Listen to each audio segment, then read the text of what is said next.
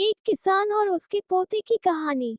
एक बार की बात है, एक लड़का स्कूल की छुट्टियों में अपने दादा से मिलने गांव गया। वो अपने दादाजी के साथ गांव घूमता और खेतों में काम करने के लिए भी जाता।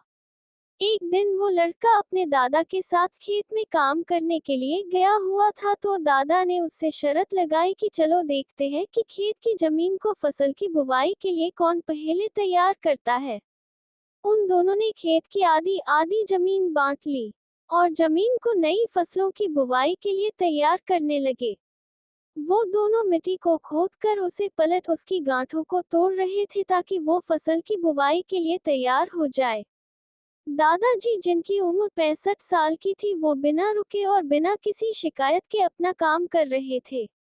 लेकिन वो लड़का, जिसकी उम्र 17 साल थी, वो अपने काम में बहुत शिकायत कर रहा था। वो बार-बार रुककर आराम कर रहा था और कह रहा था कि कितना मुश्किल काम है, लेकिन उसके दादाजी बिना रुके और बिना थके काम कर रहे थे। फिर जब शाम हुई तो लड़का देखता है कि दादाजी ने अपने हिस्से की सारी जमीन की बुवाई कर ली है और उनके हिस्से की जमीन अब फसलों की खेती के लिए तैयार है। लेकिन उसके हिस्से की जमीन में अभी आधी जमीन का भी काम पूरा नहीं हुआ था। वो लड़का बहुत हैरान होता है कि दादाजी ने इस उम्र में भी उससे ज्यादा काम कैसे कर लिया। वो दादाजी के पास जाता है और उनसे पूछता है कि अपने इतनी उम्र में इतना काम कैसे किया। तो दादाजी ने जवाब दिया कि जब भी हम सोचते हैं कि काम कितना मुश्किल है या फिर अभी कितना काम पड़ा है, तो हमारा मन बहाने बनाने लगता है।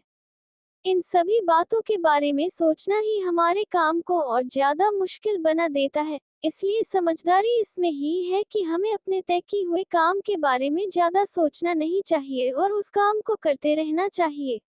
सीख। इस कहानी से हमें ये सीख मिलती है, यदि हम तय किए हुए काम के बारे में ज्यादा सोचते हैं तो वो काम हमें बहुत ज्यादा कठिन लगने लगता है। इसलिए हमें अपने काम के बारे में ज्यादा सोचना नहीं चाहिए, बल्कि उसे शुरू करके खत्म करना चाहिए।